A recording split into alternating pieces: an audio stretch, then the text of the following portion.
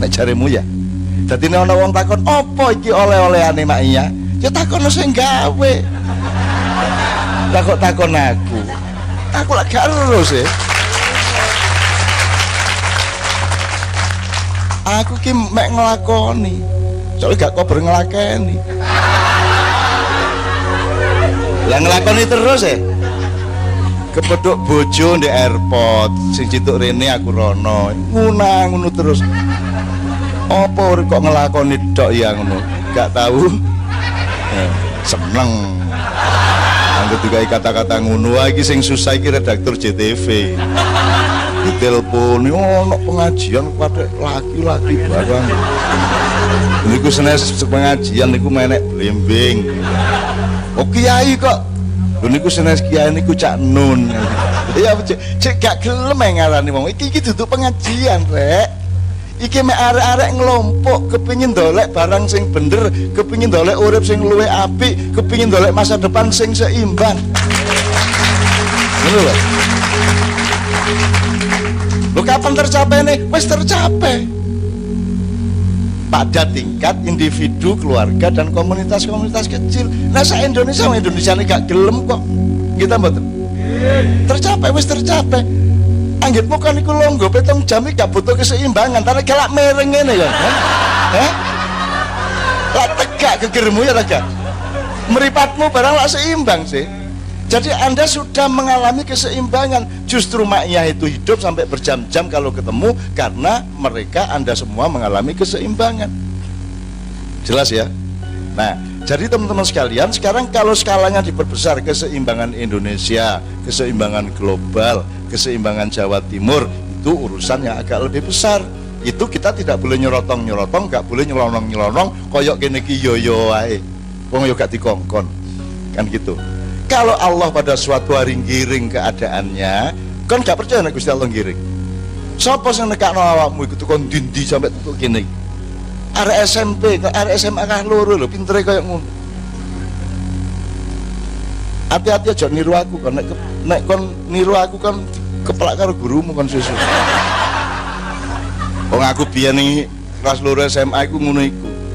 Kalau memang Allah itu maha besar, tolong ciptakan Allah yang lain yang juga maha besar, sehingga Allah yang maha besar itu tidak mengatasi ciptaannya yang juga maha besar.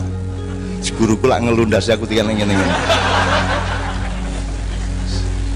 Wah aku biyen rotok nemen aku biyen. Allah itu mbok terima kasih sama saya, ngono aku. Wah aku biyen preman, Rek. Guruku maksudnya gimana, Nun? Kok Allah terima kasih? Loh saya mau diciptakan kok.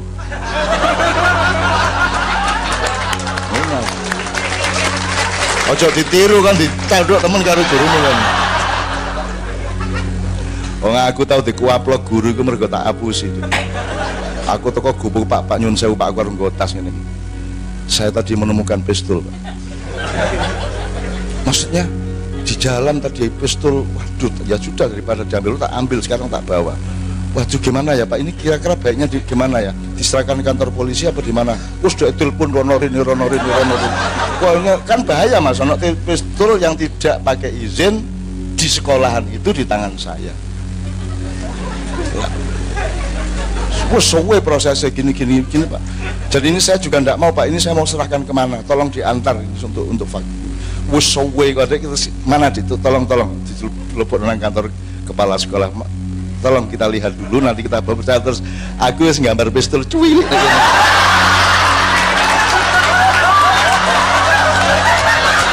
Ngaku pulpen yo. Terus tak lebokno tas. Nyuwun sewu Pak, jangan ada yang lain ya. Tolong Pak kepala sekolah sama Pak wakil aja sama satu guru enggak apa-apa. Lainnya jangan nonton. Ya. Terus ditutup jeglek wis. Nyuwun sewu jangan marah ya Pak ya, jangan kaget. Ini. Wah, kok. Wis, seneng aku. Mulane aja goblok-goblok nemen. Kayak medsos iku lak ngono, kayak pistol padahal mek gambar pistol lan ngono. Kon mending ngono ae ayo. Aku gelek ngapus-ngapusi ngono iku aku. Oke ya, oke tak terus Didik. Ini saya sak ilingi rek ya, jenenge wong kakean kakean maklaran iki lho. Ya aku sing paling bingung ku nek ana arek lanang nggawa bojone. Cak niki pun 8 tahun dereng meteng. Terus aku, terus karepmu aku dikon ngetengi ta ya apa lah. Ya apa karepe arek. Sing jelas nang gak kalimat. Kan kita di sini kan berpikir luas. Karena gini, sekarang kan penyakit kita kan 3C. Cekak, ciut, cetek. Sekarang enggak usah pusing. Yang penting Anda luas. Kenapa orang tadi malam itu antri? Arek maknya iku antri kene iki troco ndek ngarepe atape panggung, terus ndek kene apa jenenge? Ndek kene tenda kayak ngene iki tapi banyune trocok-trocok. Lha iku aku salaman di antara payon karo panggung. Dadi arek-arek iku antri karo kena banyu iku. Mun iki kayak gak ono banyu. Wis tuweles kabeh. Wis aku ya toleran, wis gak apa-apa aku melok-melok terus-terus. Nek wong berpikiran sempit masa iso nglakoni ngene.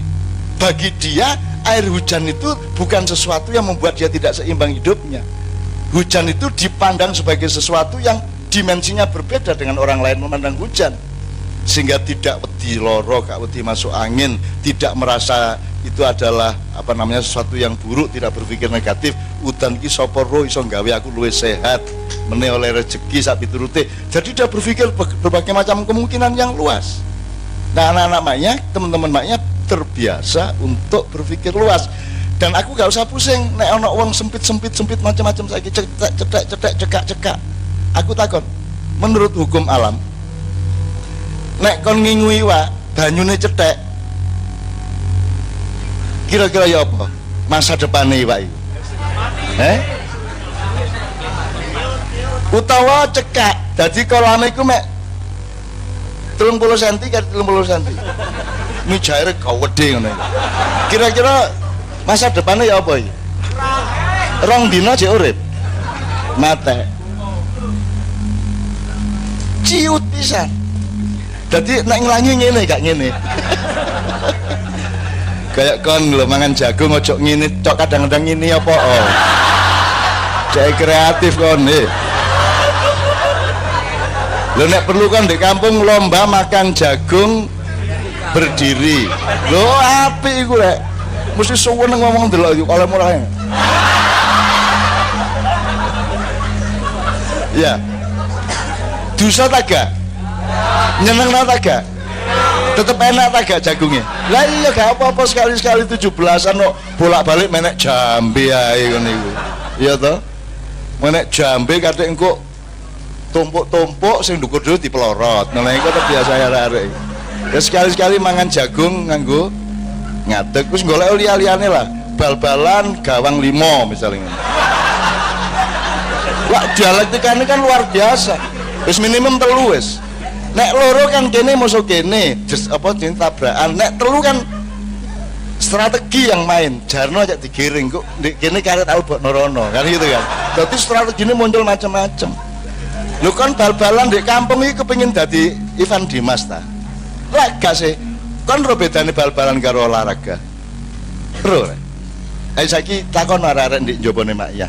Iku olahraga duduk bal-balan. Mesti njawab mandangin lho. Oh, bal-balan iku olahraga lho. Mesti bandar lak ngono. Wong ancane mek cetek. Kan lu dibedani bal-balan karo olahraga. Nek bal-balan tujuannya gawe gol. Nek olahraga tujuannya cek sehat. Jadi masih ono gawange, masih ono musuhe, tapi tujuannya adalah sehat, duduk menang. Nek bal-balan tujuannya menang. Apa yang di bal-balan karo olahraga? Lho, sing iso mikirin awakmu tok. Mesti maksudnya piye bal-balan kok dibanding karo olahraga? Lah olahraga itu ya bal-balan bareng, bal-balan itu ya olahraga. Lu gak ngono pikiran sampean kok ojo 3C. Dia bal-balan atau bukan, pingpong atau badminton itu tergantung tujuannya. Nek tujuannya sehat dia olahraga, jadi tidak penting bal-balan atau tidak, pingpong juga boleh, melayu ya boleh, menek-menek ya boleh, lunjak-lunjak dhewe ya boleh, sakarepe, sing penting sehat. Nek bal-balan tujuannya nglebokno lak ngono. Kan ngerti keluarga bebojoan karo bal-balan bedane. Nek dikembangno meneh dawa iki. Apa persamaan sepak bola dan persuami istrian? Dan apa perbedaan antara sepak bola dan persuami istrian? Persamaannya adalah podo-podo kepengin nglebokno. Perbedaannya gawangnya situ ombo, situ ciutan itu kan. Kan latihan kok, oke nek iku cek seimbang kon, gak gampang sambat tok ae. Gak payu sambat. Payu sambat. Endi arek emang? Lesu sambat, lesu ngantuk. Apa? Nek lesu gak iso turu. Nek wareg ngantuk lek padha ae lan. Wis ngene tak dudu situ. Kon sambat iku bahasa Indonesiane apa? Nah, saiki bahasa Indonesia nulung Didik. Mengeluh itu beda dengan mengadu. Nek mengadu gak apa-apa. Mat ketaken mat. Gebuken mat. Nah, kon nek dik aduh mesti ngono ta. Oleh tak gak? Mengadu itu boleh enggak? Mengadu itu alamiah. Mengadu itu enggak apa-apa, baik. Kayak ngentuti lho, gak apa-apa. Sing gak oleh ngentuti kancamu. Ngempoki iku gak oleh sebab itu sudah aplikasi sosial. Gitu ya. Mengadu itu lain lagi. Kalau mengeluh lain lagi. Mengadu itu reaksi alamiah dari jasadmu. Tapi kalau mengeluh itu adalah kelemahan psikologimu, hatimu, jiwamu, pikiranmu. Nah, jadi sekarang ada beda antara mengadu dengan mengeluh. Wis dolekno dhewe ya. Mengadu kan mengadu tok ya jadi mengeluh nek iso. Gitu ya. Ini ya, jelas ya. Ini iso kok doleki dhewe. Akeh wong gak iso bedakno mengadu karo mengeluh. Nek mengadu iku ya apik. Aduh, bayang kon diantem menenge gak lapo-lapo kan.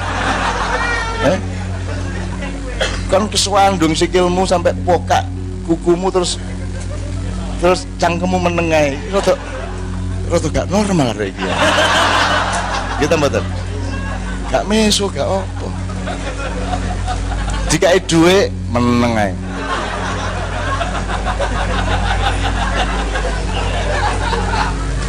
Itu ya, ya jelas ya, oke. Jadi ini saya sudah jawab. Sekarang saya langgapi dulu, baru nanti saya tambahin satu hal yang tadi saya bilang menyerah tadi ya. Menyerah tadi. Gimana apa ya pertanyaan di sini gimana? Apa di keseimbangan? Oh, keseimbangan. Oke, gini, yuk kita kembali dulu, rekap dulu. Zalzalah itu kan dari kata idza zulzilatul ardu. Zilzalah itu pokoknya ketika bumi diguncang gitu ya. Jadi ini zalzalatnya guncangan, terus neraca zalzalah. Kita tetap harus berada pada pancang neraca meskipun ada zalzalah. Karena itu masalah. Nah, kenapa neraca? Karena ini takdir Gusti Allah. Wasama arafaha wa wadoal mizan. Jadi tidak bisa kalau tidak seimbang. Karena gak percaya gaya cagak gendera miring ngene utawa gaya omah miring kabeh utawa numpak sepeda ngene terus kan. Jadi itu namanya keseimbangan. Nah, bahwa ada kontroversi ini keseimbangannya pada tingkat apa, skala apa, bidang apa, segala macam itu silahkan didiskusikan. Jadi misalnya nek arep ngomong pribadi arek iki kurang seimbang iki uripe, terlalu dilebokno ati sembarang iku. Nek ditinggal arek wedok sampe geru-geru. Ini misalnya itu ya, itu kehilangan keseimbangan. Gitu loh. Kan nek ditinggal arek wedok kan ya karek ngomong gak kurang arek wedok. Wis nek kepeksane wis wedhus dipupuri wis gak masalah. Nah, jadi hati punya keseimbangan sendiri, pikiran punya keseimbangan sendiri, antara hati dan pikiran juga ada keseimbangan sendiri. Padha karo musik lho rek, drum duwe keseimbangan dhewe, tapi antara drum karo gitar kudu ana keseimbangane, dan keseluruhan alat-alat itu juga harus ada keseimbangannya. Jadi keseimbangan itu berlapis-lapis dan dialektis sifatnya satu sama lain. Nah, sekarang masalahnya sing zalzalah iki kedadiane ndek endi? Jare Pak Rahmat tadi, sing ngrasa iki ana guncangan lah awake dhewe tok, nek njaba-njaba ya tenang-tenang aja. Tapi engko nek ana nemen-nemen ya mlayune rene meneh padha ae kan gitu. Nah, jadi monggo itu didiskusikan, itu dirembuk. Sebenarnya ngomong ngene wis, perekonomian kita seimbang ndak? Sebagai negara. Demokrasi kita seimbang apa tidak? Dari segala metodologi wis. Menurut Anda ini demokrasi atau bukan? Demokrasi apa kapitalisme? Pernahkah rakyat memilih pemimpinnya? Upamane ya, sing milih lak parpol. Jajan sak pasar jumlah 1000 kan mek dipilihno jajan loro. Kelanting karo klepon. Lah ngono sih. Itu. Padahal sing duwe kelanting ya wong iku, sing duwe klepon ya wong iku. Kon milih gubernur sapa ae padha anune ya asal usule padha ae. Gitu. Nah, jadi ada keseimbangan yang berdiri sendiri, ada keseimbangan yang berangkai dan dialektis, satu komprehensif satu sama lain. Nah, ya ini tergantung sing arep awakmu delok sing ndi. Nah, saiki sing jenenge jalan larat iku mang kesimpulannya ya apa di diskusine, Mang? Jadi digambarkan bahwa jalan larat itu sebenarnya Indonesia, Cak.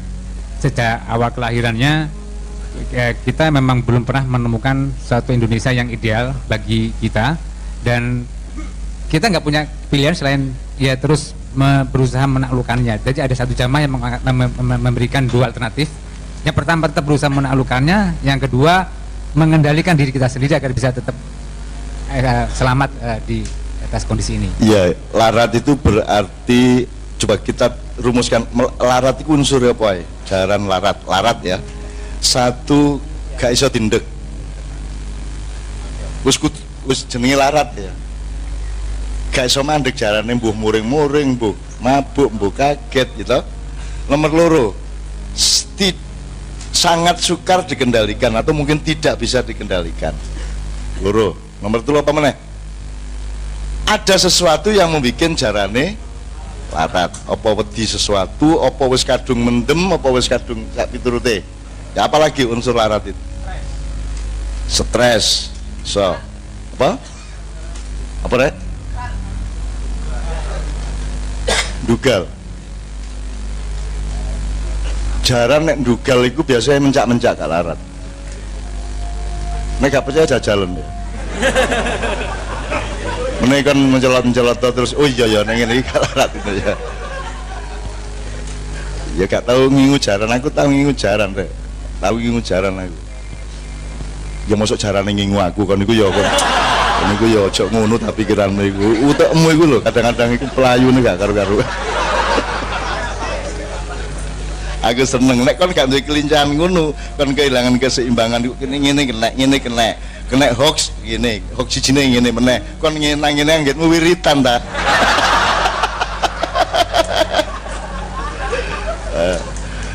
Kena Prabowo ngene, kena Jokowi ngene. Prabowo Jokowi. Wis lak wiritan kan. Nyeneng lah wong Indonesia iku. Tapi sing akeh ngene tok. Lho sampean kok miring mriku ta? Gitu. Seneng aku ndelok Indonesia mulane I love you. Gitu. Aku gak setuju balas jane. Cuman ya I love you katanya apa meneh ya. Aku cinta kepadamu dan aku tetap mendoakan kebaikan untuk Indonesia dan tak jaluk wong-wong mak iya arek-arek sing tulus-tulus ngene iki lho rek. Rene lak gak ono urusan wani piro sih. Oleh apa-apa lak yo gak sih. Lak ya tuku bensin dhewe sih. Sangu-sangu dhewe sih. Dadi awakmu rene iki lak sedekah sih. Golek ilmu, golek keseimbangan ya. Tak dongakno Gusti Allah mandeng awakmu. Walah rek jek ana arek makiyah jarno Indonesia aja disiksa sih. Ngono lho.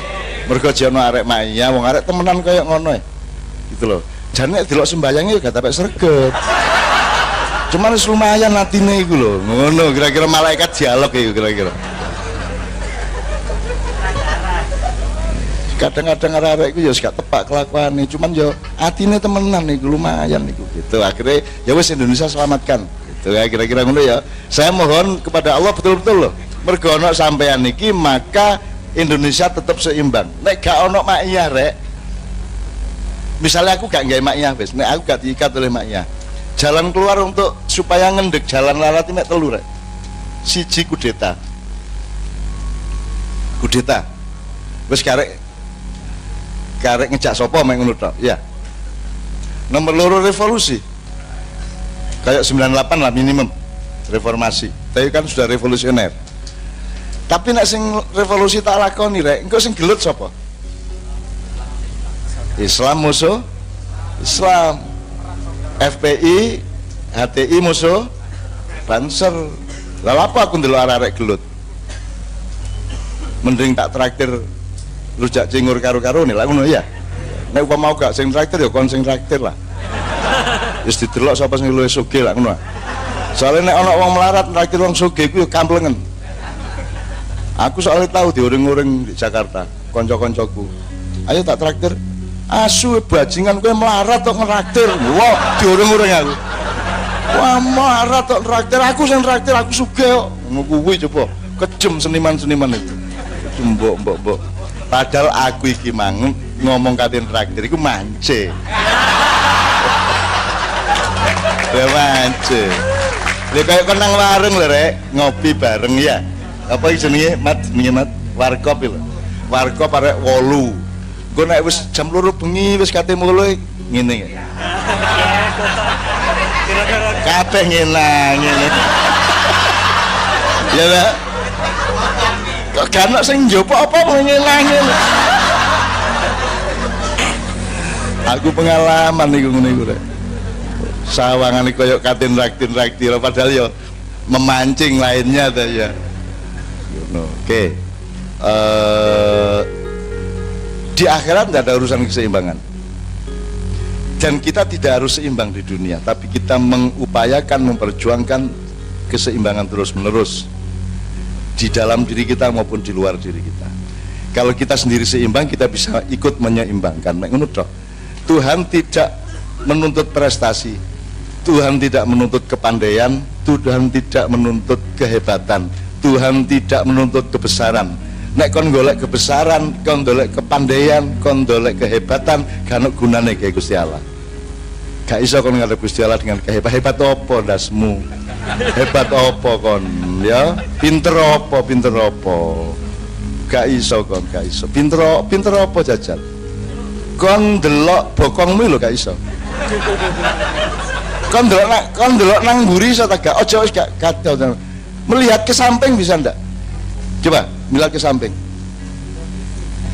Nah, melihat ke samping bisa enggak? Coba melihat ke samping. Nek menengok bisa, menengok ini. Nek melihat ke samping. Begitu kamu melihat ya kamu itu depan kamu, masa kon ngerek kan iki depane. Gak iso. Tadi gak iso ono kehebatan prestasi mulai gak tahu berprestasi. Ngono gak tahu. Ojo koyok sing diceritano sabrang mabengi. Ana ndok tagai. Coba dekno iki roti iki. Bikin roti ini berdiri, coba satu aja. Ya, dekno.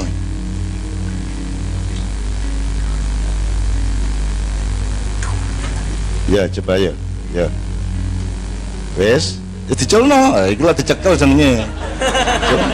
Bisa tak gak? Ini tak urui. Ini gitu. Loh, ngadeke roti ngene iki. Nek ngene lakon iki.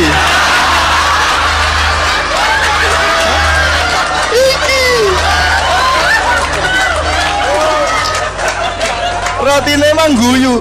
Loh, kula niki roti mboten ngoten carane kula ngadeg. Nek sampean kene iki ora sampean, nek kula ngadege nggih ngoten niku. Masa Dekno ula, ya ula yang ngono iku ngadekke. Mosok ula dikon ngene ya. Iya, jelas ya. Nah, kalau Anda berlatih cerdas, luas ya, merdeka, Anda akan mudah mencari keseimbangan hidup. Ngono lho. Paling kok nek kon rada tepak ya apa titik kok guyu dhewe awakmu. Mesti kok guyu dhewe dopo lagu iki. Goblok aku iki kok guyu-guyu dhewe. Begitu engkau sudah sanggup mentertawakan dirimu sendiri, itu tanda bahwa kamu orang yang sudah dewasa dan seimbang.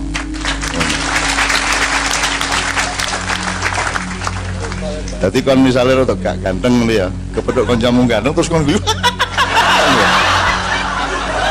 Kancamu sing ganteng takon, "Lho, ngopo lapa guyu?" Timbangane kok guyu tak disiki.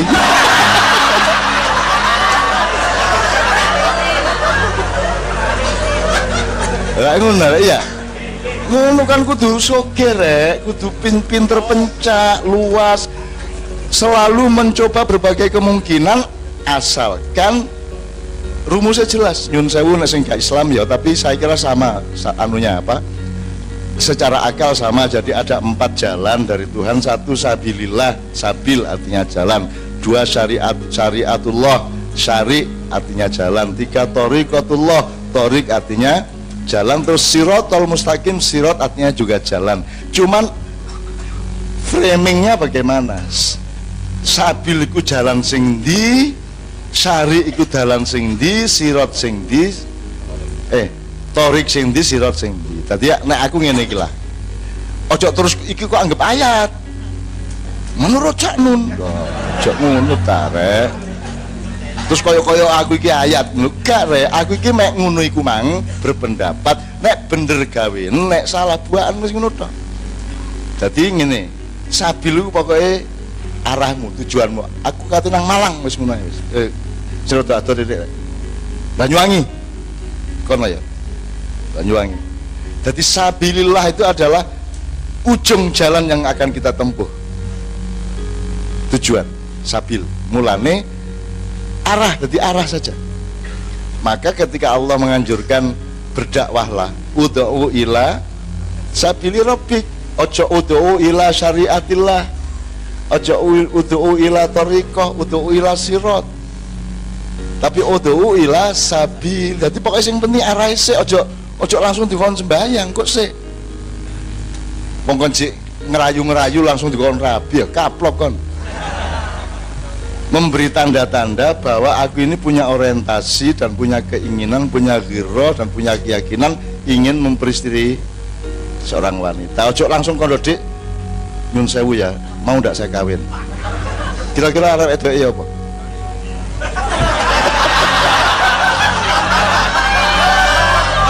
Nah, itu sabil, oke. Terus syari. Nek aku ngingu jangkrik tak deleh. Apa niku jenenge rek? Kerangkenge kan aku sing nentokno iki iso mlaku rene aja sampai rene, iki tak buntu, iki tak buka. Lah ngono sih. Sing gawe jangkrike ta aku.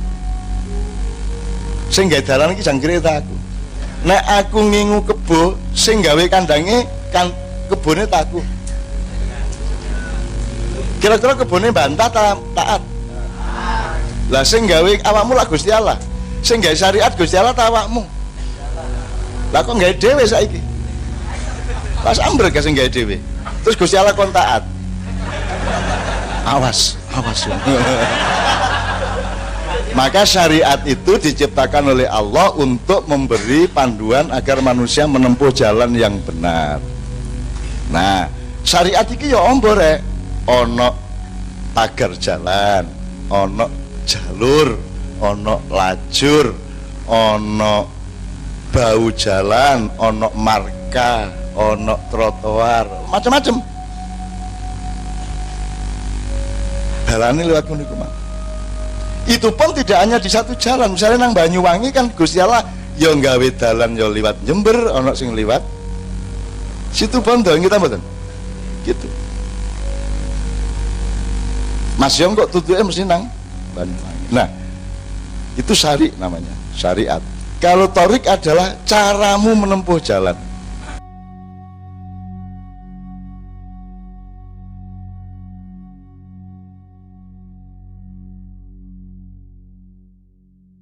punya anak namanya Bagal. Itu saya dikasih tahu anak saya yang kelas 2 SD tadi. Oh, kuwi to Bagal. Tuh, iya, makanya jangan jadi kuda, jadilah Bagal. Sebab kalau kuda Anda bisa diperkuda, kalau bagal Anda tidak bisa diperbagal. Kalau keledai tidak bisa dijadikan. Jadi mending Anda jadi keledai daripada jadi kuda. Kalau kuda kan taat kemana-mana disuruh tuannya. Kalau keledai semau-mau dia. Mau berhenti-berhenti, mau jalan-jalan gitu, dicambukin itu ndak jalan-jalan, meneng aja. Begitu yang menyambuki capek melaku gitu. Ya, kayaknya bangsa Indonesia sudah berbakat untuk menjadi keledai seperti itu. Enggak bisa disetir, pokoknya nek kepengin nyoblos sak karep-karepe dhewe, itu loh nyoblose piro sak karepe, kampanye bendino ya mari Gerindra 50, mari ngono menene oleh Demokrat 50. Pokoknya yang penting satu kali pemilu dapat kaos minimum 3 kan gitu kan. Oke, sudah 3 pertanyaan atau masih 2? Oh, masih banyak lagi. Mungkin bisa 5 asal lebih cepat Mas ya.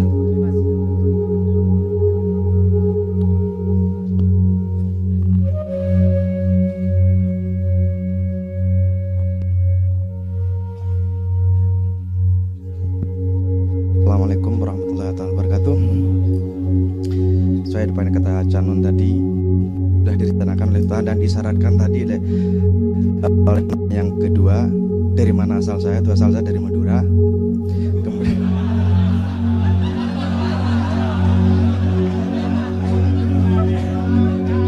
asli Madura. Kalau yang tahu Madura daerah Sumeneb. Sedikit mengklarifikasi sedikit apa yang diinikan oleh siapa? Penyair barusan, bahwasanya kalau orang Madura itu mengulang-ulang katanya apa? Allahu Akbar, gimana nggak ngerti. Padahal realitanya di Madura tidak ada. Sedikit Canon ya. Di realitanya orang Madura sini tidak ada. Yang mengulang-ulang seperti itu hanya di film-film aja. Seperti Kadir yang ternyata bukan orang Madura. Cuman di gitu-gitu biasa biar rame, tapi dengan adanya Kadir, Bu Maria, alhamdulillah orang Madura jadi terkenal gitu. Selain tukang sate. Oke, kemudian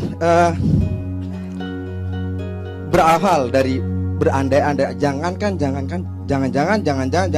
Nah, saya berpikir tadi, jangan-jangan tema menembus Nusantara ini hanya akal-akalan panitia biar rame. Ini jangan-jangan, tapi nggak usah dibahas. Karena ya tadi jangan-jangan cuma dibahas, tinggal terserah. Untuk Canon saya ingin bertanya, Nusantara ini, kalau dari tema ini kayak Nusantara itu sudah digadaikan atau jual atau bagaimana terserah. Yang penting Nusantara sudah tidak ada dalam genggaman tangan kita. Itu Nusantara yang saya pahami dari tema ini. Dan saya lihat ada benarnya juga. Cuman pertanyaan saya, Nusantara ini apakah bangsa negara kita ini, NKRI ini, atau individu-individu ya sebenarnya digadaikan? Atau apakah Nusantara maknanya individu-individu? Jika seperti itu, Nusantara itu adalah bangsa, atau bahkan dibawa ke individu-individu yang realitanya sekarang, individu-individu dalam pencoblosan terjadi kemarin, rata-rata bahkan kalau di kampung saya dengar kabar kalau tidak ada uang tidak mau coblos. Apakah yang dimaksudkan digadaikan seperti itu? Apakah hal-hal seperti yang harus ditebus? Nah, jika yang seperti itu, bagaimana cara menebusnya? Yang jadi polemik, jadi pemikiran saya bagaimana memberantas hal-hal seperti itu, Canon. Terima kasih Canon, mungkin Canon bisa memberikan pencerahan kepada polemik yang sedang saya hadapi, bagaimana memberangus hal-hal seperti itu biar Nusantara di jiwa diri kita atau Nusantara di daerah itu tidak tergadaikan atau tidak terjual kembali. Terima kasih. Assalamualaikum warahmatullahi wabarakatuh. Oh ya, mohon maaf. Oke, ya.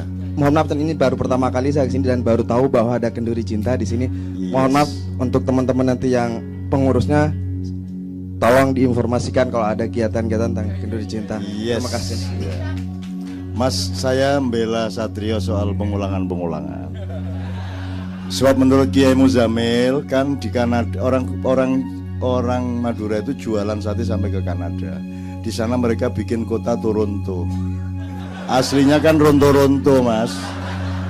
Itu, tapi karena orang Madura yang bikin jadi Toronto. Oke, terima kasih. Berikutnya.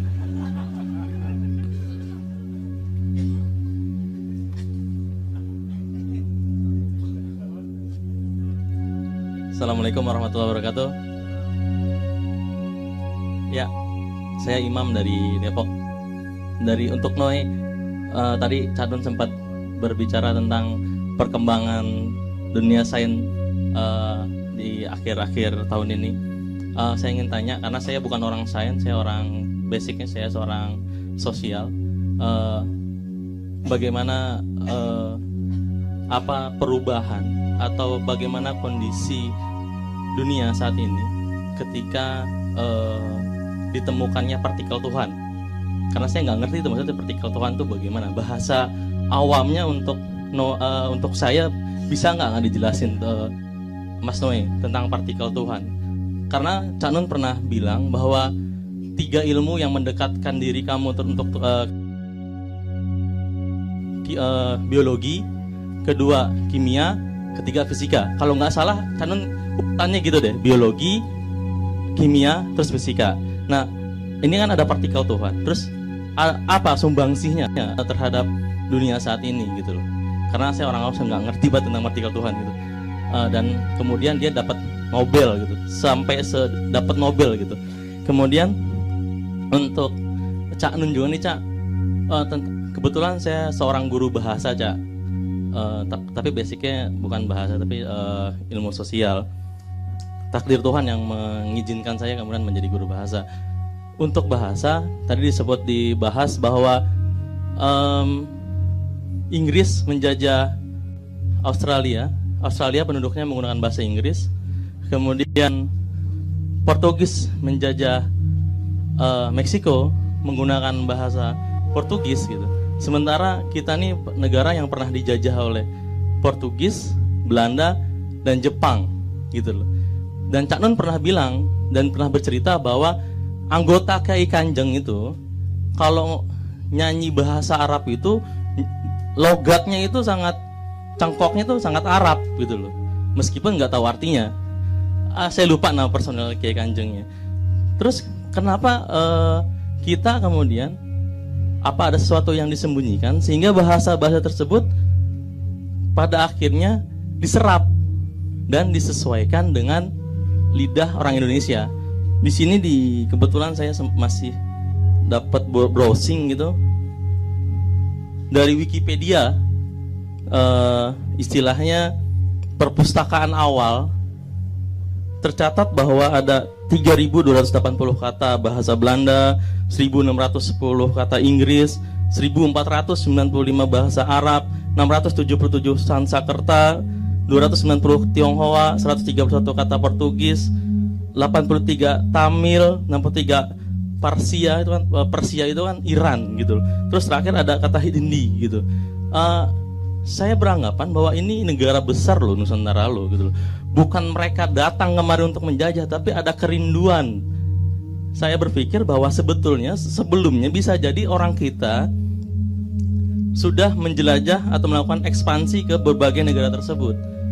Karena secara diplomatik, aku juga nggak tahu ya, karena beberapa kali aku mendengarkan cerita tentang Majapahit dan Sriwijaya, nggak pernah ada orang Persia datang ke sini gitu loh. Tapi kenapa tiba-tiba kita bisa mengambil atau mengadopsi bahasa-bahasa Persia? Kalau Tionghoa kemungkinan dan Arab kan kemungkinan dari jalur perdagangan. Kemudian ini Persia, Tamil ini dari mana gitu loh. Kemungkinan kita udah jauh menjelajah berbagai tempat. Kemudian kita bikin sebuah peradaban, dan ketika itu kita pulang kembali sehingga ada kerinduan orang-orang ke sana tentang Indonesia gitu. Toh orang Belanda datang ke Indonesia, kita bayangkanlah, ada nggak sih penerjemah waktu itu Belanda datang ke sini gitu loh, bahasa Belanda oleh orang-orang kita gitu. Karena memang ternyata kita sudah menggunakan bahasa yang bunyinya hampir sama. Contohnya misalkan di sini menurut data Wikipedia gitu ya, saya ambil dari huruf K gitu. Kalau orang kita ngomongnya karcis, kalau orang Belanda ngomongnya karce, K-A-A-R-T-J-E gitu. Jadi kemungkinan besar bahwa bahasa kita yang waktu itu sudah punya koneksi terhadap pola pikir mereka, sehingga saya ngerti gitu loh bahasa ini, cuman hanya beda bunyi. Karena kan kalau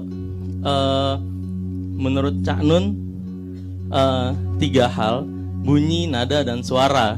Dan ini nanti bercabang kepada cengkok, kepada logat gitu loh. Permasalahan itu, kalau memang mau sekalian mengambil bahasa asing, kenapa nggak pakai bahasa daerah gitu loh? Kenapa nggak ambil bahasa daerah sendiri gitu? Apa emang bisa jadi kitanya sudah sistem kerajaannya sendiri, punya bahasa sendiri gitu, nggak beragam? Itu yang ingin saya tanyakan, dua hal tersebut. Terima kasih. Gini, saya usul karena temanya bagus-bagus ya teman-teman sekalian. Terus kita terpotong-potong dari satu tema ke tema lain. Saya usulkan sampai batas ini biar dicicil dijawab. Jadi yang Anda ini langsung dijawab oleh Sabrang. Saya kira itu fakta yang juga sangat menarik. Dan penelitian Anda tolong diseriusin. Jadi guru aja kan cuman gitu-gitu ya. Mending Anda meneliti lah gitu ya.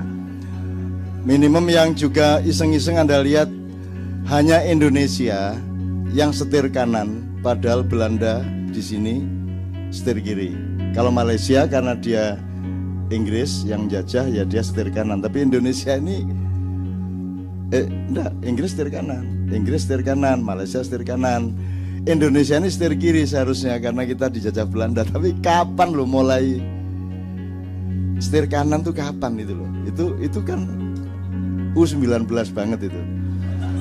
Jadi, nah U19 juga belum tentu menang nanti Mas ya. Tapi pokoknya itu sebenarnya sign aja dari Tuhan bahwa Anda ini sedang oleh Tuhan dibukakan pori-porinya untuk lahir di mana-mana, karena kematian sedang ditata juga di Indonesia. Tapi Anda adalah bagian yang akan lahir dan melahirkan. Nah, untuk yang bahasa ini mohon Sabrang menjawab ya. Langsung partikel Tuhan dan bahasa juga. Karena gunanya saya punya anak kan memang saya suruh studi macam-macam ya. Nek kabeh kok serano bapakmu lha apa aku anak biyen.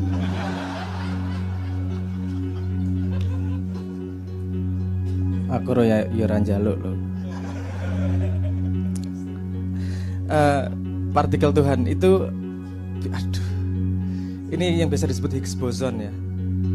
Yang Higgs boson terus disebut partikel Tuhan. Partikel Tuhan itu kalimat yang diciptakan, yang ditemukan oleh media sebenarnya. Media menciptakan partikel Tuhan itu main rame loh. Wah, partikel Tuhan ini. Menjelaskan konsepnya, maksud aku menjelaskan partikel-partikel. Gampangnya gini aja. Gampangnya partikel Tuhan itu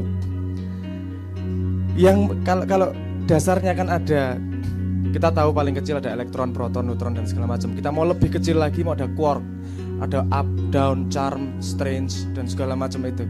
Tapi yang tidak kita tahu gimana itu bisa menjadi punya massa dalam realitas ini. Nah, ada menteorikan harus ada nih yang gini. Gampangnya gini. Kalau apa namanya?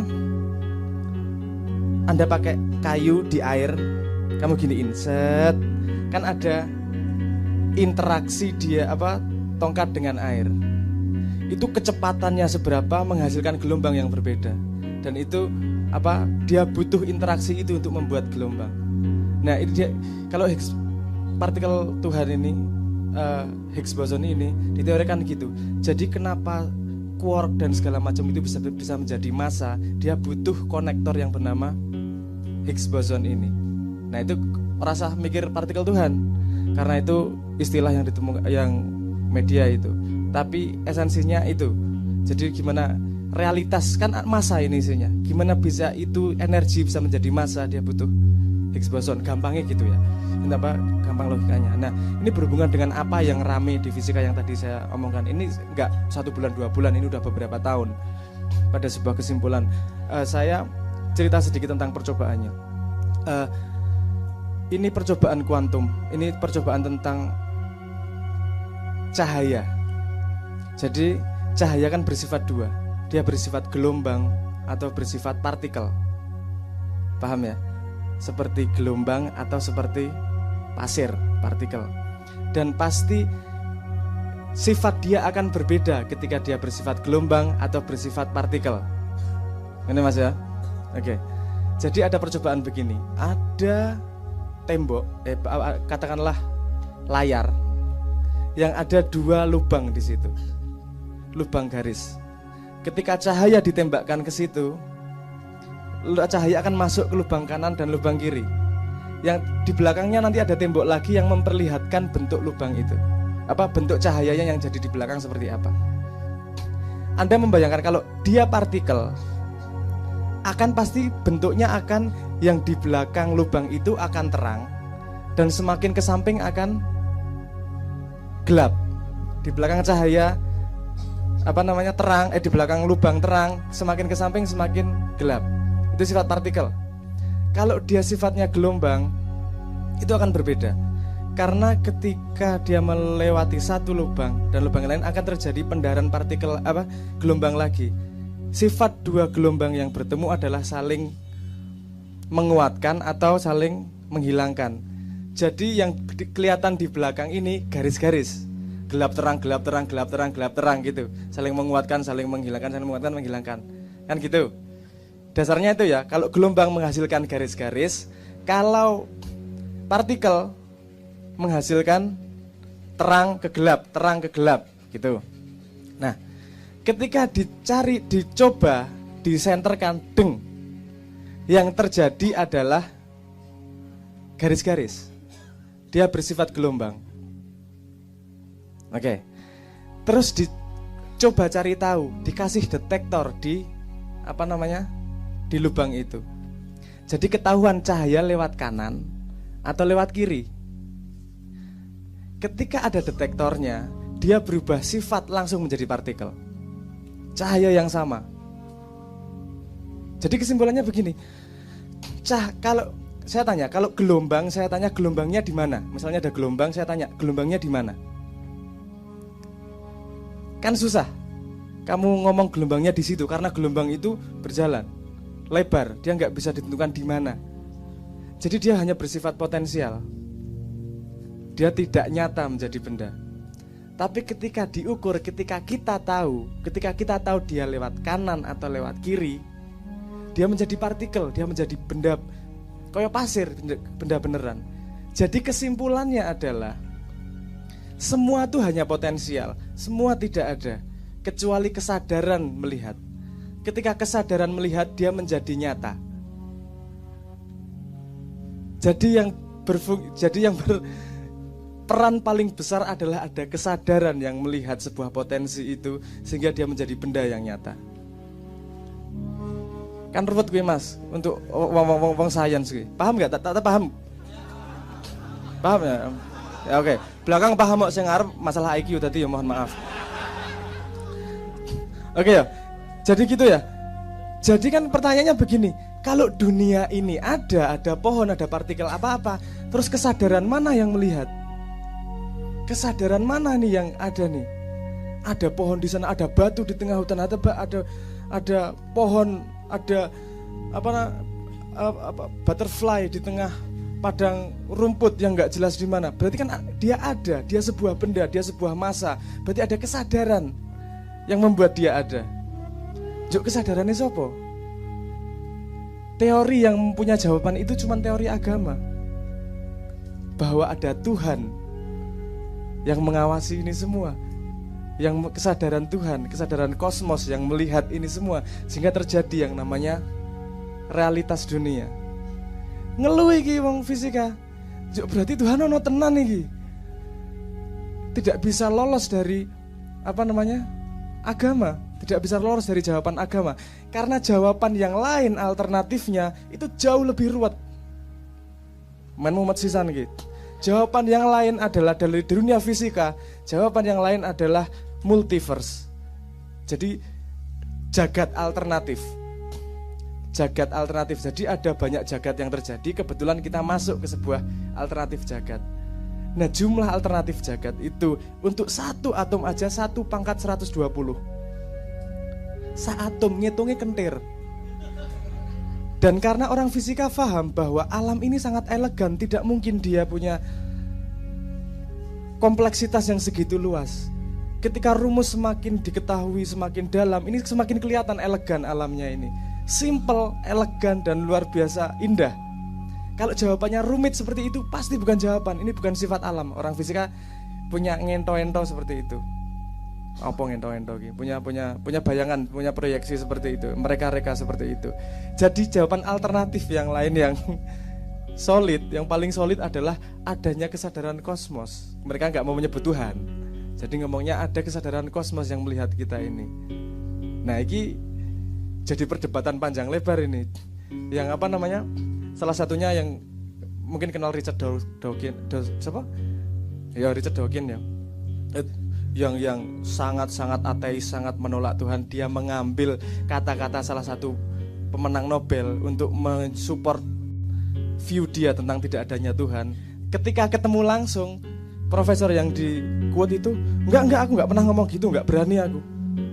Dia enggak berani. Kesimpulannya enggak seperti itu. Ini enggak bisa lolos ini kesimpulan. Enggak ada jawaban logis yang lain kecuali memang ada kesadaran kosmos, ada kesadaran yang lebih besar itu. Dan ini tidak ditemukan dengan apa namanya? Pertanyaan filosofi, tidak dengan pencarian cara, tapi dengan eksperimen. Itu yang susah dibantah. Kalau mau mencari lagi, cari aja di Google, didalami yang namanya Bell inequality. Itu urusan rumus. Bell inequality. Kalau percobaannya namanya delayed quantum eraser. Nah, wes monggo mumet. Tapi intinya sudah saya ceritakan itu tadi. Yang jadi gini di dunia fisika sekarang gitu, bahwa empiris, bahwa ada kesadaran kosmos, jelas dan tidak bisa dibantah. Mau merumuskan Yorawani, karena ketika ditanyakan Richard Dawkins ngomong gini, loh ini bukan berarti ada Tuhan loh, cuman kita nggak tahu loh, kita belum dalam loh ilmunya, belum ketemu rumusnya aja, nanti suatu saat akan ketemu. Kenapa seperti itu? Pencipta Nobel ini ngomong, enggak, kita harus sadar sebagai manusia ada sebuah titik-titik yang memang kita tidak akan mampu menemukan. Kita orang fisika sudah paham, enggak ada, semakin kita ke dalam semakin banyak pertanyaan dan ada limitasi, limit informasi yang memang tidak bisa kita dapatkan secara langsung, adanya secara deduksi, dan deduksi itu sekarang berkesimpulan kepada adanya Tuhan. Itu jawaban tentang itu tadi Mas, tentang dunia fisika dan God particle. Kalau tentang bahasa yang saya tahu dari filolog yang bernama Pak Manu, dia filolog salah satu dari 5 orang yang tersisa di dunia yang bisa membaca Proto Sanskrit katanya. Itu Sanskerta lahir di Arya, dia di Sungai Rin di Jerman. Terus kemudian 6.000 tahun yang lalu mekar, berkembang luas, berpusat di India. Tapi kita punya Kawi yang tidak kalah tua dengan itu dan tidak kalah lengkap dengan itu. Persambungan yang terjadi adalah akulturasi antara Kawi dan Sanskerta. Nah, kalau mau diurut cabangnya ibunya itu, katanya gitu. Kalau mau belajar akarnya, belajar Praweda, kitabnya namanya. Kata Pak Manu seperti itu. Mungkin saya detailnya juga nggak begitu menguasai untuk ilmu bahasa itu. Jadi yang saya ketahui tentang gineokologi bahasa seperti itu Mas. Semoga menjawab. Matur nuwun. Sabrang lupa dia moderator. Dia pikir dia masih narasumber. Dia moderator. Jadi sekarang saya kembali ke Mas Sabrang. Mungkin Mas Agung punya versi mengenai Atlantis segala macam tadi ya.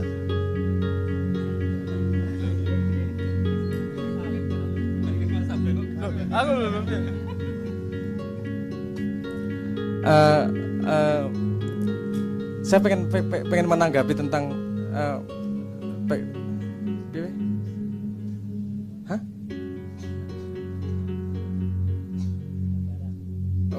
Mama respon, moga-moga.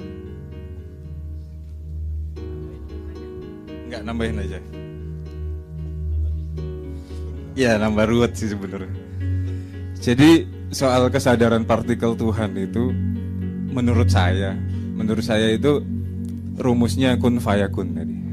Jadi padang bulan kunnya itu kapan? Kenduri cinta kunnya itu 13 tahun yang lalu. Sekarang itu fayakun fayakun itu present. Jadi dia fi'il mudhari, sesuatu yang berproses. Dia bukan madi, bukan amar, bukan next.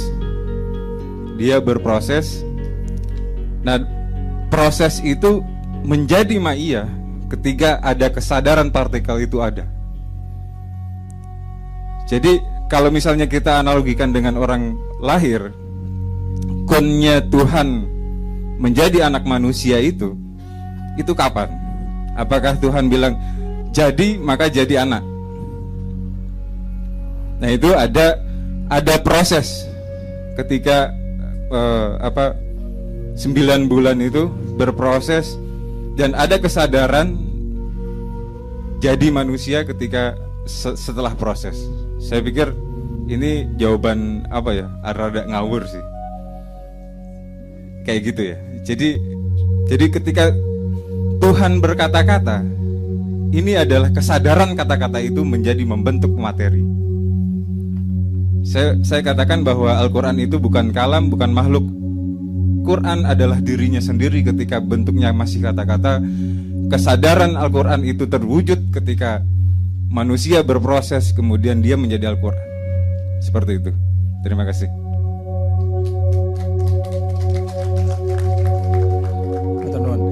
Saya tadi ingin meneruskan tadi tentang bahwa ini bukan ras yang saya pedulikan, makruh ya tadi.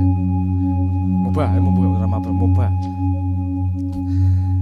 Ini sebenarnya tentang pembelajaran. Maksud saya begini, saya pernah membaca ketika saya diajak umroh. Cita-cita saya kalau pulang kudu sangu buku akeh. Di sana saya membeli buku yang berjudul Sealed Nectar. Itu nektar yang terjaga. Itu ceritanya Arab Saudi membuat kontes siapa yang bisa bikin cerita biografi tentang Nabi yang paling bagus, paling lengkap, nanti akan dicetakkan. Itu pemenangnya. Ada di situ salah satu cerita yang bikin saya mikir, bikin saya tergelitik. Di situ ceritanya ada suatu saat ketika Kanjeng Nabi sakit dan tidak bisa mengimami. Tapi beliau ingin mengimami, tapi badannya sudah nggak kuat. Beliau memerintahkan kepada Aisyah, istilahnya carikan air dari 7 sumur. Langsung aku, air 7 sumur ini bukannya Jawa ini 7 kembang 7 sumur, tapi ceritanya seperti itu. Tolong kumpulkan air 7 sumur. 7 sumur air dikumpulkan, dijadikan satu, dibuat mandi untuk Kanjeng Nabi.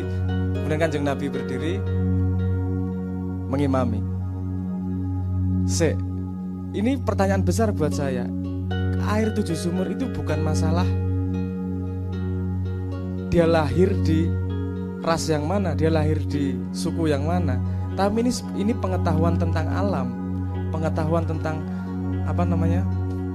fungsi-fungsi dan elemen-elemen alam. Bahwa itu ternyata sangat membumi di Jawa. Ada apa dengan Jawa? Dan pertanyaannya gitu kemudian berikutnya.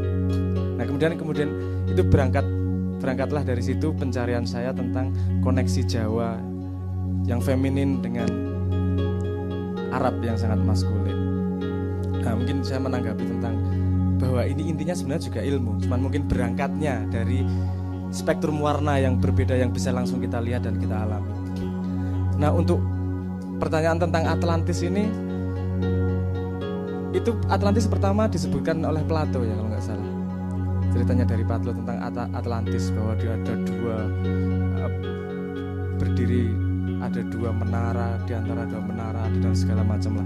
Dan ada teorinya Santos sekarang yang mengatakan bahwa itu di Indonesia. Ketika saya melacak ke Pak Manu yang punya sumber primer buku-buku tua, memang ada yang seperti deskripsi Atlantis, tapi namanya bukan Atlantis. Beliau sendiri waktu itu lupa dan lagi dicari bukunya di mana. Nah, mungkin Mas Agung bisa punya cerita versinya Mas Agung gimana nih tentang Atlantis dan Indonesia lawas ini seperti apa?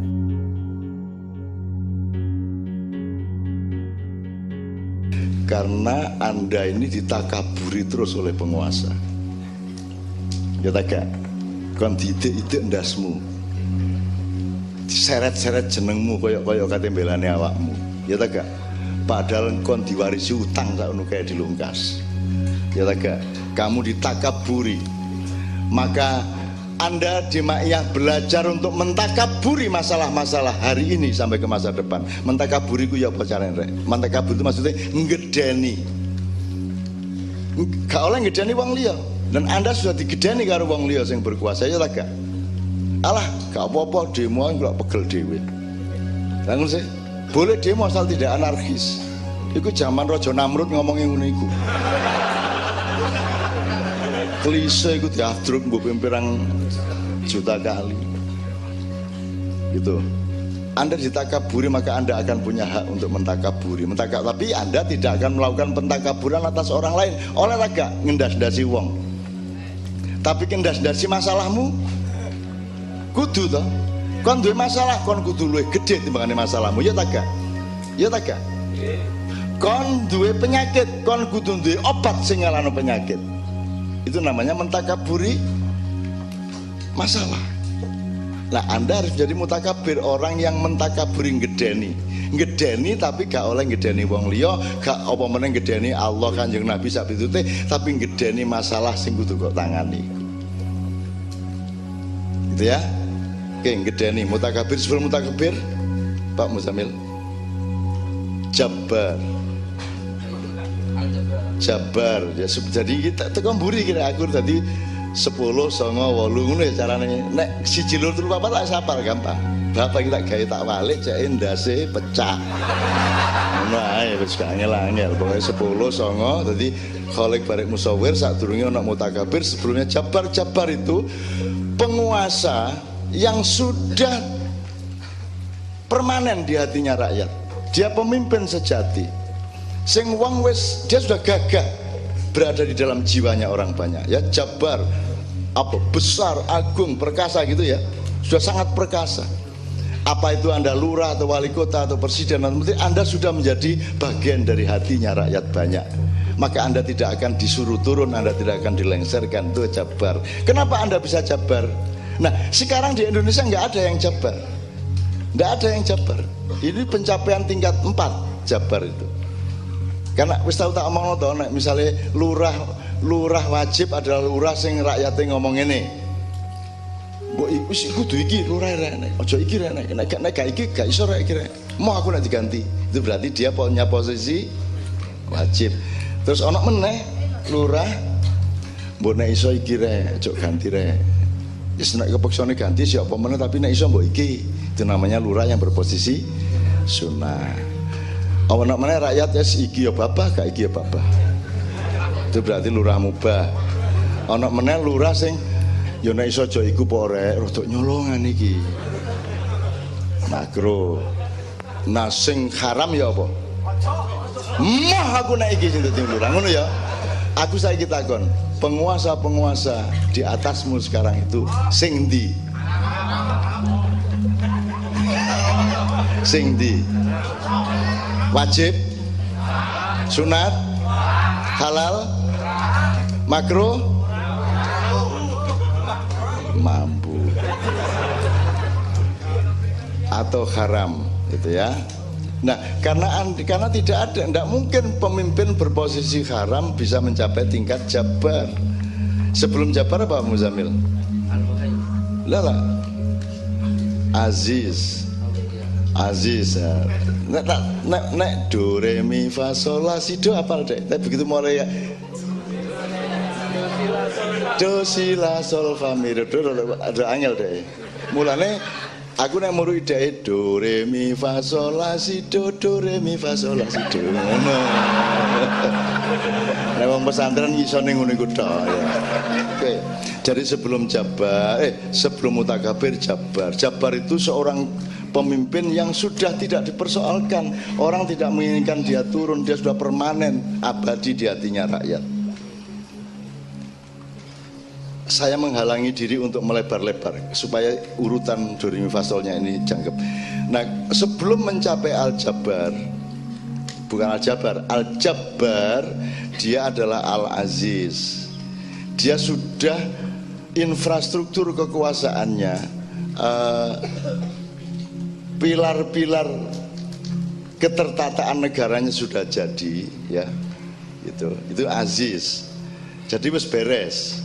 Aziz itu ya agung ya, tapi belum jabat, gitu. Sebelum Aziz, kenapa kok dia bisa Aziz? Sebelum Aziz apa? Muhaimin. Karena sudah terbukti dia bisa memelihara keadaan stabil ini cukup lama, bahkan sampai 32 tahun. Tuh. Tapi aku bukan pro Soeharto karena saya dulu melawan Soeharto. Tanya sama Pak Suko. Saya benar-benar melawan dia. Apakah dia jelek? Enggak, saya mengingatkan dia yang jelek-jelek pada dia, kan begitu. Bukan soal kamu cocok apa enggak cocok, enggak. Aku enggak akan menurunkan siapa-siapa. Saya hanya menjalankan apa yang benar. Oke. Aku deyo kangelan do re mi fa sol iki. Mutakabir, Jabar, Aziz, Muhaimin. Ini tanpa Iskandar, ya. Muhaimin itu mana Pak Muzamil? Muhaimin memelihara negara itu. Kalau tidak bisa memelihara stabilitas, kalau ini sekarang setiap teknologi baru akan menghancurkan teknologi sebelumnya. Handphone menghancurkan pager, smartphone menghancurkan handphone, kan begitu kan. Kemudian Nokia pun hancur oleh Apple dan Android, kan begitu. Tapi Android kayak apapun nek meneh-meneh Cina niki nerembes terus saya kalah kabeh.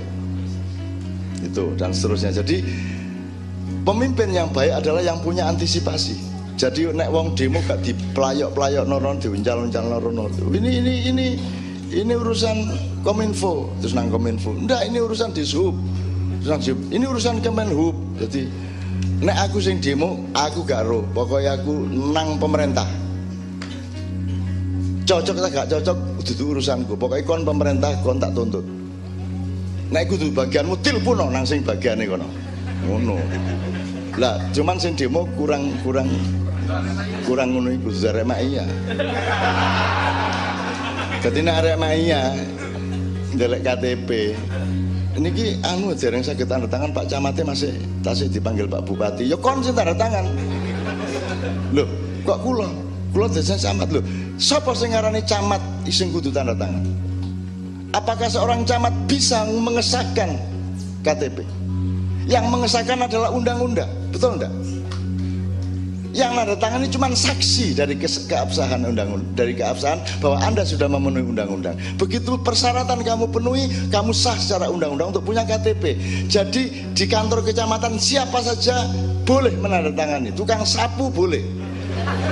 Wong dia cuma saksi. Kenapa harus camat? Ngono arek Maia. Gak kudu camat, sampai langsung tanda tangan. Loh, kula lho, duduk kon sing berkuasa, duduk camat. Camat tidak berkuasa, presiden tidak berkuasa, yang berkuasa undang-undang. Jadi sopoe tanda tangan tidak ada masalah. Asal sudah dipenuhi persyaratan undang-undangnya, aturannya, kan begitu. Ono logika ngono di Indonesia. Lah gak ono sih. Lah ya apa? Ngono iku negara ta dudu. Lah iya gak duwe pemahaman mengenai undang-undang negara. Begitu kon, misalnya aku di airport, begitu aku wis tuku tiket sudah memenuhi persyaratan, aku kari melbu. Ya. Oke, KTP bukan urusan tiket, KTP itu urusan terorisme, keamanan, segala macam. Oke. Tapi saiki di online iki wis boarding pass, begitu diserano ini harus di print langsung. Iki wis totok ndukur ndek Juanda, dipokon modul meneh. Ini harus di print dulu, di print matamu.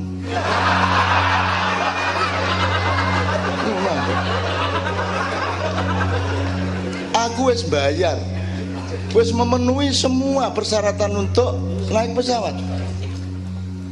Ya printen kono, ngono aku. Iku lak kon urusanmu, dia dudu urusanku. Pokoknya aku wis bayar urusanku. Wis nyerano KTP, lak kurang apa? Jan aku mangkel nyerano KTP. Gitu loh. Terus Jadi karepe dhek aku dikon mudhun menang lho. Waduh, baru ngeprint baru cek iso tik ngene iki lho. Cek ting ngene iki. Bal sing rusak mesin-mesine dhewe aku wis dikon ngeprint mau aku. Artine apa? Dudu urusanku.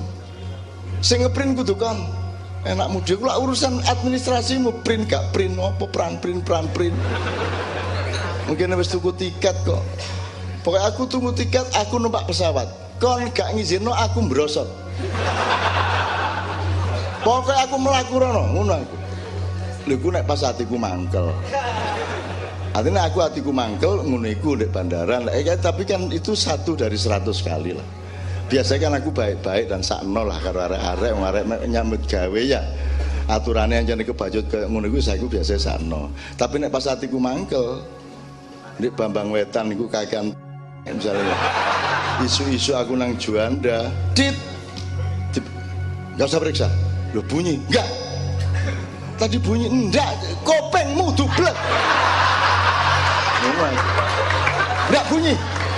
Aku tahu ngono iku, Dek. Enggak bunyi.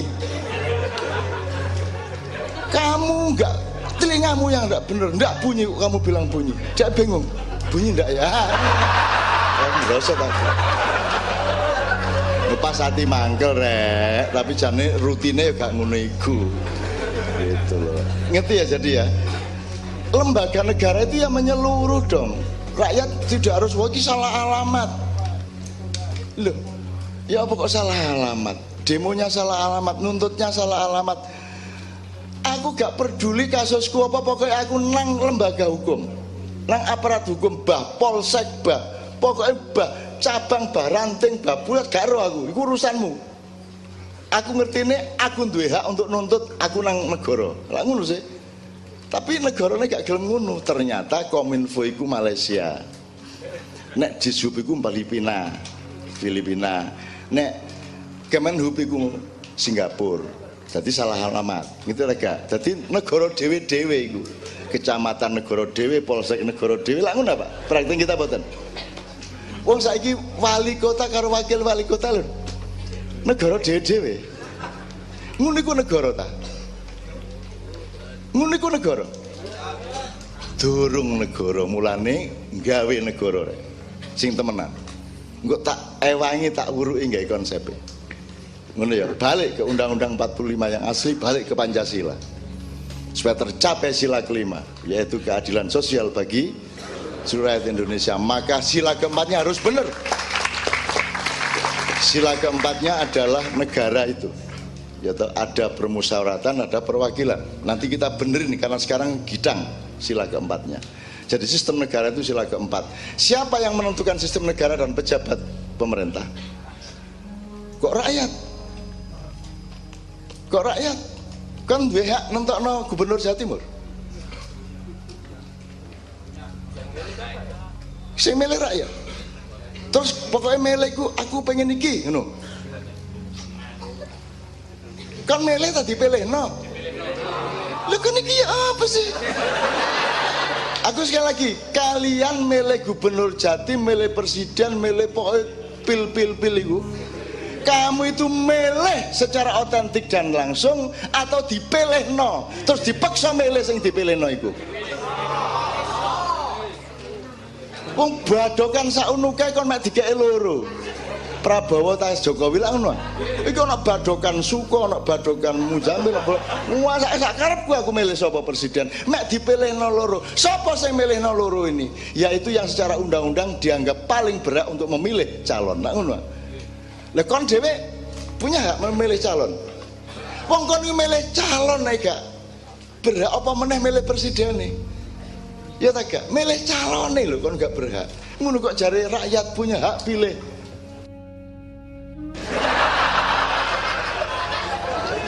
Kon iku dipilihno. Nggih ta mboten? Yang disebut rakyat punya hak pilih itu adalah kamu otentik memilih. Orisinal pilihanmu sapa ya iku. Perkara menang gak menang lain masalah. Tapi pokoknya kon milih. Pokoknya aku milih Gubernur Jawa Timur Sukowidodo. Wis. Upamane ngono ya. Wis perkara kalah menang dudu urusan. Sing penting aku milih iku. Lah kok dipilihno karo parpol. Maka problemnya ada sila ketiga. Sila ketiga itu adalah persatuan Indonesia. Maka semua parpol seharusnya adalah cerminan dari persatuan Indonesia. KIH sama KMP harusnya berdialektika untuk saling mengontrol satu sama lain, tapi di dalam persatuan sama dengan kesebelasan Persebaya melawan kesebelasan Arema, itu mereka adalah satu persatuan untuk menjunjung sportivitas. Bahwa situ kegulan, situ gak kegulan, itu lain masalah, tapi bareng-bareng menjunjung sportivitas, betul enggak? Ngono cara berpikir. Berarti nek sila kelima nggak tercapai, sila keempat yang salah, sila keempatnya nggak bener, berarti sila ketiganya yang salah pilih. Apa sebabnya sila ketiganya salah pilih?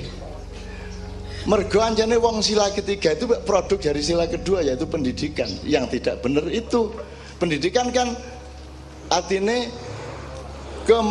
menciptakan manusia yang adil dan beradab. Ini pemberadaban malam ini itu sila kedua. Berarti dunia pendidikan dari pesantren, sekolah biasa maupun masyarakat itu urusan sila kedua. Ternyata sila keduanya nggak bener. Apa sebab sila keduanya nggak bener? Mergo anjane sila pertamanya apen-apen. Ya taga, ya taga. Sila pertamanya apen. Jari ketuhanan yang Maha Esa, yang bener. Ya taga. Allah dapurmu, Allah sira ketuhanan yang Allah. Wong Gusti Allah rene ya gak kira diwawancara CTV. Gak tertarik iku TV kok nang Gusti Allah gak tertarik. Ana ta sing tertarik Gusti Allah? Ana. Tahu ana rapat ini kalau menurut Allah begini. Tahu? Tahu ana ngono iku. Ana rapat DPR, rapat itu ini menurut informasi dari Allah, ketentuan. Ana ngono iku. Gak ono ngono kok ketuhanan yang Maha Esa. Jadi begitu kan ngomong Pancasila, kita Maha Esa itu malaikatnya ada kan ya. Elah cangkemmu. Ngono ta bener gak? Nah, selama kamu tidak serius dengan sila yang pertama, jangan pernah berharap sila keduanya beres. Kalau sila kedua tidak beres, sudah pasti kacau sila ketiga, dan sila ketiga kacau pasti tidak beres itu sila keempat, yaitu negara. Dan kalau negaranya tidak beres, tidak akan pernah tercapai keadilan sosial bagi seluruh rakyat Indonesia. Maka dengan ini aku titipkan Indonesia yang akan datang kepadamu. Oh, nure. Nek kon gak gelem tak lakoni dhewe. Seneng ya ketoke berontak tapi guyang-guyu. Ketoke guyang-guyu tapi jane ya rada makar ngene. Gitu. Ya aku gak makar, aku cinta sama Indonesia dan aku bisa membuktikan betapa cintaku kepada Indonesia sampai jam kantorku sampai jam 3 pagi. Ora ana pejabat sing ngantor bengok-bengok jam 3 esuk untuk cinta kepada rakyat Indonesia. Dolek ana.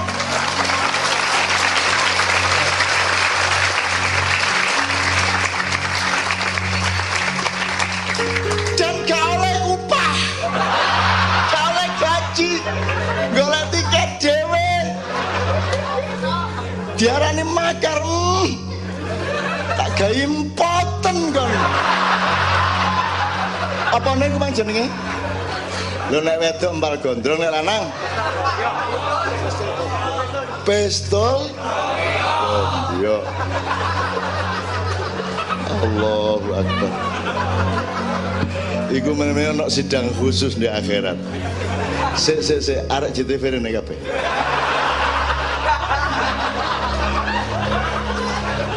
Jajal jelasno sing cedhak iki pistol gombyo iki maksudmu apa?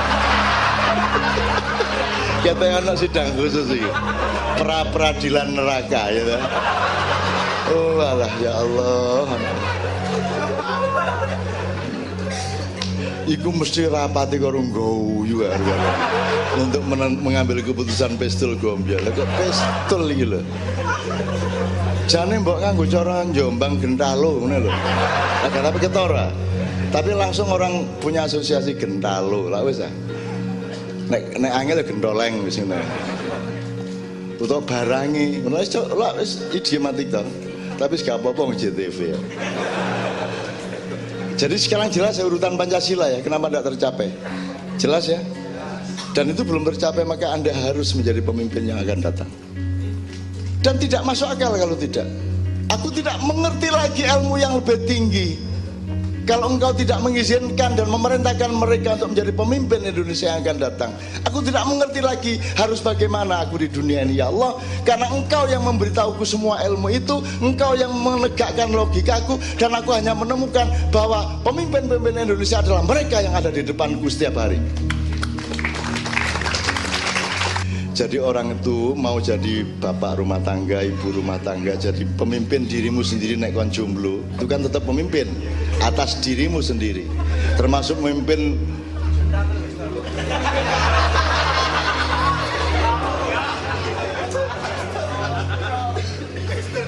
nek misalnya seorang wanita memimpin empal dengan cara membeli celana dalam dari besi, dikasih tempat untuk gembok.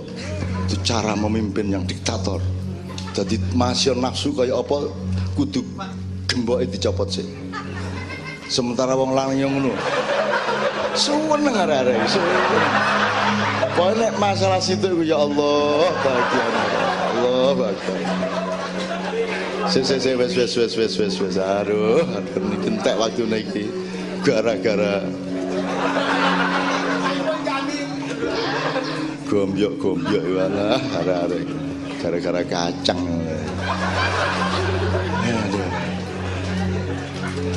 Ya Allah, nikmatnya hidup di dunia ini. Tapi kalau tidak di Jawa Timur gak iso ngomongin. Oke, jadi gini loh, kamu mau jadi pemimpin itu dalam skala kecil atas dirimu sendiri maupun skala besar, pemimpin dunia, pemimpin negara, pemimpin bangsa, pemimpin umat, segala macam itu. Syarat pertama adalah alimul ghaibi wasyahadah. Kalau Allah langsung dia berfungsi dan memiliki kemampuan yang maha dahsyat, yaitu alimul ghaibi wasyahadah. Kalau manusia muta'allimul ghaibi wasyahadah. Jadi kamu setiap hari harus menembus segala sesuatu yang gaib. Sing gaib ku apa? Serem ta? Gak. Kon kok ngoyo jam piro? Sampean ngoyo kok jam piro? Ngene ngoyo mungkin jek iso. Begitu selesai sampean ngoyo. Nesing jam piro? Lah gak ro. Berarti gaib. Ternyata gaib itu siji, kapan ngising. Jadi ojo gaib itu jenu kakara. Gaib itu segala sesuatu di hadapanmu yang kamu pasti belum tahu sekarang. 5 menit lagi ada bom apa tidak? Tidak tahu. Kamu jualan, buka warung, tahu nggak? Sudah tahu belum berapa yang beli? Tidak tahu. Kamu nyupir taksi, berapa penumpangmu? Semua gaib. Kamu rabi, mesti meteng taga. Garo lah ngono, garo ya. Anak waktu gawe ku lanang ta wedok, lah garo ah. Ya gawe ngene mosok ngene, ngono ya. Arek-arek ya tidak mengerti kewajaran. Nek ngene lah gosok akik rek. Seneng arek-arek. Ya Allah, bang-bang wetan, kebangkitan dari timur. Oke, alimul ghaib. Pokoknya gini loh, Anda itu harus menguasai persoalan dulu. Dan persoalan itu ternyata gaib. Bukan hanya tahu apa yang sudah ada, tapi juga mencari tahu apa yang kamu belum tahu. Kalau mau jadi lurah, kamu harus bisa memperkirakan semua kemungkinan di desa itu namanya alimul ghaib. Bahkan wasyahadah, kalau perlu kamu saksikan. Didelok sawai temen, didelok kali ini temen, didelok wit-witane, didelok tandurane, kamu kuasai alimul ghaib wasyahadah. Begitu kamu menguasai alimul ghaib, menguasai pengetahuan tentang desamu, maka kamu punya rasa sayang. Waduh iki kali iki nek dikenek ngene apik ya. Waduh tandune. Kamu punya Rahman Rahim. Karena urutannya adalah alimul ghaib wasyahadah, kemudian Rahman Rahim. Jadi syarat menjadi pemimpin itu pertama terus menerus mencari tahu segala sesuatu yang masih kamu belum tahu. Penguasaan masalah kalau di perusahaan gitu. Ada probabilitas, ada orientasi, ada ekspektasi segala macam ini itu kan alimul ghaib wasyahadah. supaya kamu punya rasa cinta kepada sesuatu yang akan kamu pimpin. War-Rahmanur Rahim. Nah, kalau kamu sudah punya 3 itu, kamu sudah menguasai masalah dan terus secara dinamis itu kamu lakukan, kemudian kamu punya rasa cinta dan sayang Rahman dan Rahim, baru kamu boleh memimpikan atau mengharapkan bahwa kamu akan jadi lurah. Baru kamu Malik, wallahul ladzi la ilaha illal Malik. Terus kalau kamu betul-betul menjadi Malik, Malik ya lurah dalam konteks desa, Anda menjadi Malik, maka Anda harus kudus. Malikul Kudus salam, gitu ya. Kudus itu apa Pak Muzamil? Suci. Tolong Pak Muzamil. Kudus. Suci itu maksudnya apa? Kalau kan nggak hanya urusan wudhu, nggak hanya urusan sholat, bukan hanya suci dari najis. Suci itu kan di segala hal. Nek wedok ya wedok, ojo wedok kok arani lanang. Nek papat ya papat, ojo diarani. Nek kon kudu ngekei gaji 200.000 ya 200.000, ojo kok terus kok gawe 180.000 misalnya. Itu tidak suci namanya. Sekarang kalau Pak Muzamil pesantrennya dimintai sumbangan misalnya dapat 1 juta, dapatnya berapa Pak Muzamil? Biasanya berapa persen potongannya? 30%. 30%, berarti tidak suci. Suci itu adalah as it is. Nek ngunu ya ngunu, sak unu ya sak unu. Makanya matematika kita sebut sebagai ilmu yang paling suci. Karena nek 5 ping 5 mesti selawe, masih disogok piro ae tetep, masih ditodong pistol gembyo tetep selawe. Tidak bisa ditawar, tidak bisa dipengaruhi oleh pendapat, opini maupun kepentingan. 5 kali 5 sama dengan.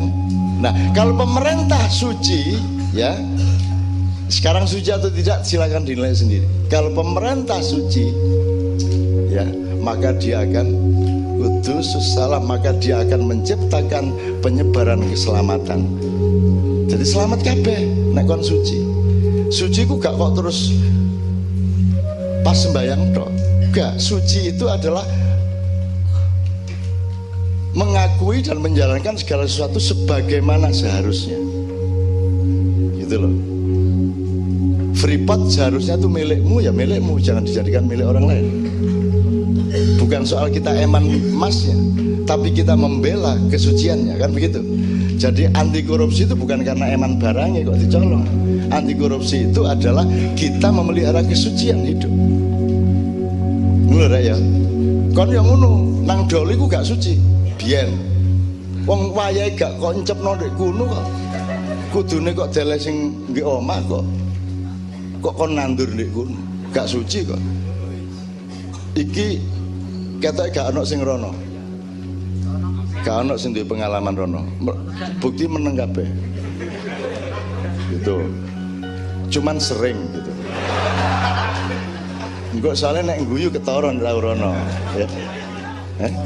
Masa iki online ya? Oh, online. Mulane doli leren iku mergo saiki ana online. Jadi sing manual iku kalah ngono ya. Oke, wis gak tau iku ikut tok ae ngono iku pikiranmu. Padha karo aku kon iku. Jadi suci kudus kalau kamu suci ndak korupsi artinya kan ya. Nek anjane iki salah kok hukum, gak salah gak kok hukum. Saiki kan salah gak salah tergantung kepentingan. Ya ta gak? Tergantung sapa sing ditersangkakan, tergantung sapa sing kuasa, sapa sing berkepentingan. Itu berarti ndak suci. Maka kamu menyelamatkan kalau suci, salam mukmin, maka kamu bikin aman satu sama lain. Akhirnya bisa percaya satu sama lain. Sekarang kita saling percaya apa tidak? Sekarang berapa persen rakyat percaya kepada pemerintah? Sekarang pemerintah percaya nggak sama rakyatnya? Nggak tahu. Jadi tidak ada situasi mukmin saling percaya satu sama lain. Maka tidak akan bisa memelihara stabilitas. Tetap akan penuh gejolak-gejolak. Jadi tidak bisa muhaimin. Kalau sudah tidak kudus, tidak salam, tidak mukmin, tidak muhaimin, maka mustahil Indonesia bisa menjadi aziz. apalagi kok jadi jabar, apalagi mutakabir. Sekarang kita ditakaburi oleh kekuatan-kekuatan dari luar.